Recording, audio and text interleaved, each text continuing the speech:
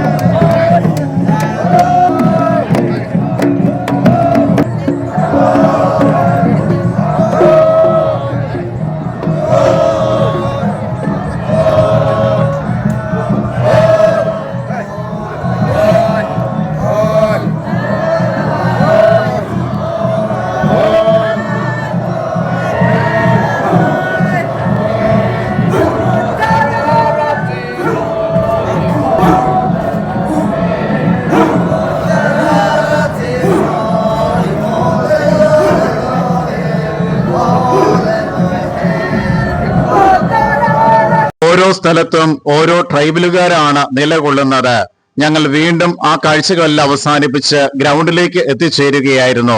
ഈ ഒരു ഗ്രൗണ്ടിലാണ് ഫെസ്റ്റിവൽ നടത്തപ്പെടുന്നത്. എല്ലാ വർഷവും ഡിസംബർ മാസത്തിലാണ്, അതും ആദ്യ വാരത്തിലാണ് ഇവിടെ ഈ ഒരു ഫെസ്റ്റിവല് നടമാടുന്നത്. അതുകൊണ്ട് തന്നെ വിവിധ രാജ്യങ്ങളിൽ നിന്ന്, ഇന്ത്യയുടെ തന്നെ വിവിധ ദേശങ്ങളിൽ നിന്ന് ഈ ഒരു ഫെസ്റ്റിവൽ കാണുവാൻ വേണ്ടി തന്നെ ഇവിടെ എത്തിച്ചേരാറുണ്ട്. കോടിക്കണക്കിന് രൂപ മുടക്കിയാണ് ഈ ഒരു ഫെസ്റ്റിവലില് നാഗാലാൻഡ് സ്റ്റേറ്റിന്റെ പ്രത്യേകമായൊരു വിങ് ഈ ഒരു വിവിധ രാജ്യങ്ങളിൽ നിന്നും വിവിധ ദേശങ്ങളിൽ എത്തിച്ചേരുന്നവർക്കായി പ്രത്യേകമായിട്ട് ഓരോ വർഷവും ഒരുക്കുന്നത്. ഇതിന്റെ പിന്നിൽ മറ്റൊരു രഹസ്യം കൂടി ഉണ്ട് എന്ന് ഞാൻ മനസ്സിലാക്കുകയാണ്. അത് ഇപ്രകാരമാണ്. നാഗാലാൻഡ് എന്ന് പറയുന്നത് ട്രൈബലുകളുടെ ഒരു വലിയൊരു കൂട്ടായ്മയാണ്.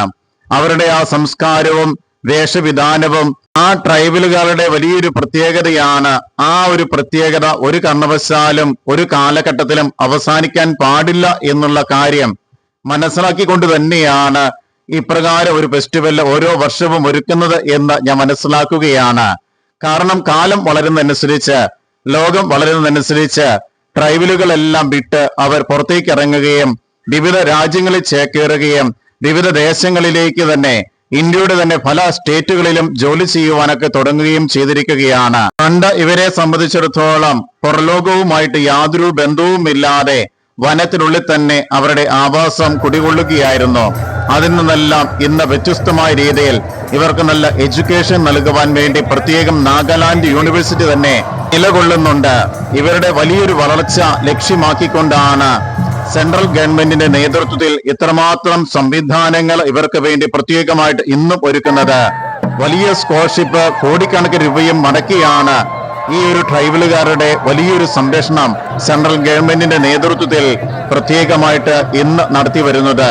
വലിയ സബ്സിഡിയും ഇവരുടെ സാംസ്കാരിക രൂപീകരണത്തിന് വേണ്ടി പ്രത്യേകമായിട്ട് നൽകുന്നുണ്ട്.